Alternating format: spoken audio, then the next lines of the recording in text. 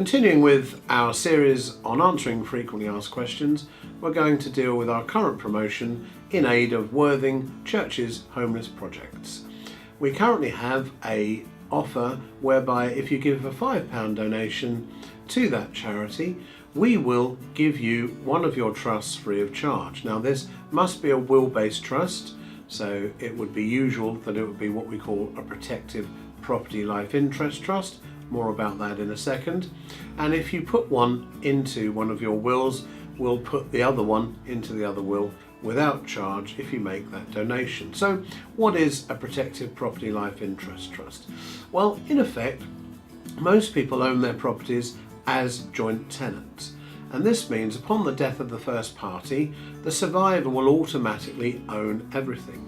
Now this is absolutely fine as far as actually succession is concerned, but what it can do is create an issue called sideways disinheritance. Let me give you an example.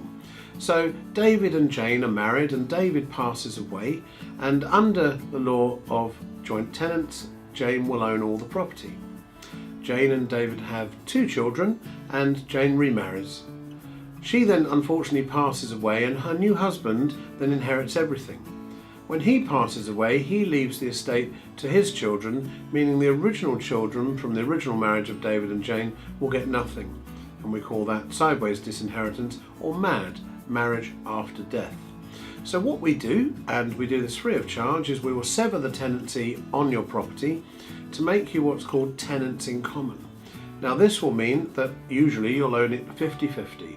It can be different. We would need to put a deed of trust in place if it was going to be other than 50-50, but the effect is still the same. What it means is we can then put 2 protected property life interest trusts within both wills, which means upon the death of the first party, their half of the property goes into their trust, meaning that whatever happens, the survivor only owns half the property.